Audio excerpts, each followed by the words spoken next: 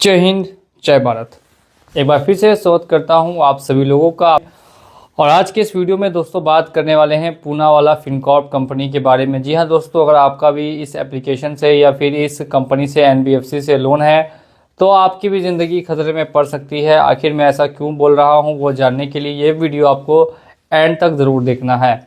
सबसे पहले बात करेंगे पूनावाला फिनकॉर्प के बारे में, जो बहुत बड़ी NBFC कंपनी है और पर्सनल लोन और बाकी भी अदर तरीके के सिक्योर लोन भी प्रोवाइड कराती है, बिजनेस लोन भी प्रोवाइड कराती है।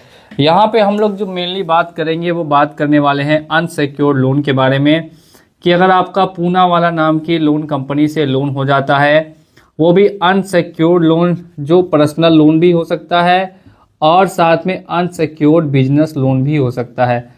दोनों में से कुछ भी अगर आपका हो चुका है और आप इसे डिफ़ॉल्ट कर रहे हैं या डिफ़ॉल्ट करने के बारे में सोच रहे हैं, तो क्या क्या प्रॉब्लम आपको फेस करनी पड़ सकती है इस कंपनी के द्वारा, ये आज के इस वीडियो में डिस्कस करेंगे। और बहुत ही इम्पॉर्टेंट टॉपिक है और बहुत ही ज़्यादा ज़रूरी है ये वीडियो, आप लोग पूरा एंड तक ज़रूर वॉच करें ताकि आपको सारी इन्फॉर्मेशन मिलती रहे।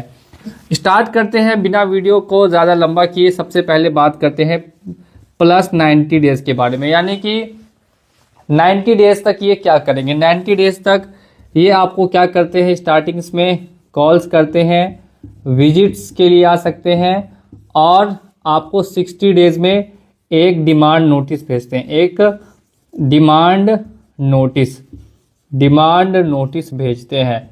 इतना कुछ ये 90 डेज़ के अंदर करते हैं। सबसे पहले बात करते हैं कॉल और विजिट्स को लेके और फिर बात करेंगे डिमांड नोटिस को लेकर। देखिए, अगर कॉल और विजिट्स का आपको अगर ज़्यादा प्रॉब्लम आ रहा है या अगर आप चाहते हैं कि कॉल और विजिट्स आपको ना हो, रुक जाए, तो इसका क्या प्रोसेस है। इसका प्रोसेस है प्रायर नोटिस इनको दे दीजिए और साथ में एक ईमेल, और साथ में बोलिए इनको एक ईमेल कर दीजिए, तो आपको विजिट्स और कॉल दोनों रुक जाएंगे, बंद हो जाएंगे। लेकिन 60 डेज़ बाद एक आपको डिमांड नोटिस देखने के लिए मिलता है पूनावाला फिनकॉर्प से, अगर आपने लोन ड्यू किया है तो। देखिएगा, इस डिमांड नोटिस का क्या करना है, तो इस डिमांड नोटिस का एक आपको रिप्लाई करके और कुछ टाइम ले लेना है। अब इतना कुछ होगा आपको 90 डेज़ के अंदर में। जब आपका लोन 90 डेज से ज़्यादा हो जाएगा, यानी कि 90 to 180 आ जाते हैं, 90 to 180 आ जाते हैं। अगर आपका लोन 180 डेज ड्यू होता है तो फिर क्या प्रॉब्लम आ सकती है। देखिए, पूनावाला ज़्यादातर क्या करती है, आपको मीडिएशन का प्रोसेस करती है, ठीक है। यानी कि सेटलमेंट के लिए आपको ऑफ़र देती है, मीडिएशन के जरिए सेटलमेंट का आपको ऑफ़र मिलना स्टार्ट हो जाता है। ये भी मैं मेंशन कर देता हूँ, सेटलमेंट का ऑफ़र मिलना स्टार्ट हो जाएगा।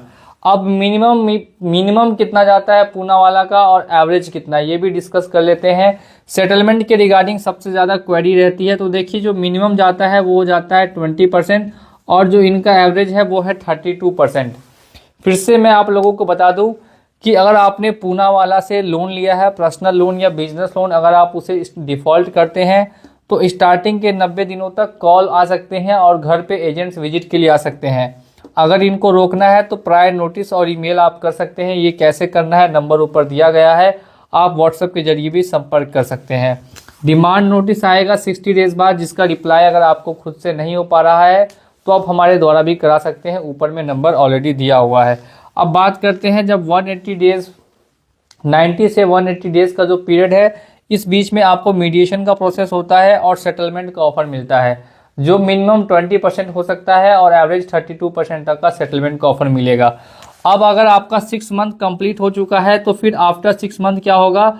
अगर आपका 6 मंथ कंप्लीट हो चुका है तो फिर ये section 25 payments and settlement act कर देते हैं सिविल कोर्ट में। सिविल कोर्ट कहाँ पे, तो सिविल कोर्ट कैलकाटा में, ठीक है। सिविल कोर्ट कैलकाटा में ये आपको बुला लेंगे, ये आपको वहाँ पे बुला लेंगे।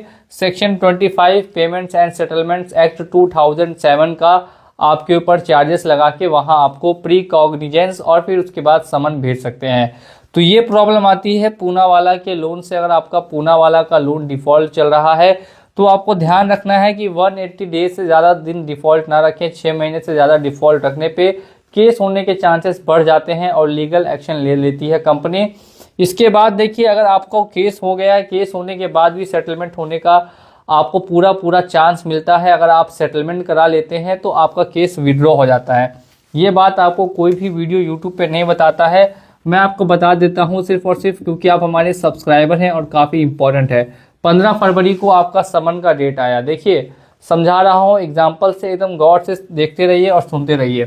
15 फरवरी को आपको समन का डेट है। अगर आप इससे पहले लोन को सेटल करा देते हैं, मैं मान लेता हूं आप 10 फरवरी को आपने इसे सेटलमेंट करा दिया, 10 फरवरी को आपने इसे सेटलमेंट करा दिया, तो अब 15 फरवरी को जाने की ज़रूरत नहीं होगी। अब 15 फरवरी को जाने की ज़रूरत नहीं होगी। और कितने समन मिस कर सकते हैं आप? एक समन मिस कर सकते हैं, लेकिन दूसरा समन मिस ना कीजिएगा। अगर दूसरा समन मिस करते हैं तो फिर वारंट भी आ सकता है। अगर आप उस एड्रेस पे रहते हैं तो वारंट भी आ सकता है, प्रॉब्लम बढ़ सकती है। इसीलिए मैंने आपको स्टार्टिंग में ही बताया था कि अगर पूनावाला से लोन है तो ज़िंदगी बर्बाद ख़राब कर देते हैं ये लोन वाले। तो इन लोन के चक्कर में ज़्यादा नहीं फंसना है। इसको कोशिश करना है कि 180 डेज़ होते होते तक सेटलमेंट करा दें। अगर आप एड्रेस पे रह रहे हैं तो सेटलमेंट कराना इनका काफ़ी इंपॉर्टेंट हो जाता है। सारे पॉइंट्स मैंने क्लियर कर दिए हैं आपको एक एक करके। अगर आपका भी पूनावाला से लोन है और आपके साथ क्या क्या प्रॉब्लम फेस करने के लिए मिली है, आप कमेंट सेक्शन में अपना एक्सपीरियंस शेयर कर सकते हैं। और साथ ही साथ में अगर आपको कोई प्रॉब्लम आ रही है, अगर आप कोई भी सॉल्यूशन चाहते हैं, तो हमें दिए गए नंबर पर संपर्क कर सकते हैं। बहुत बहुत धन्यवाद आपका वीडियो देखने के लिए। जय हिंद, जय भारत।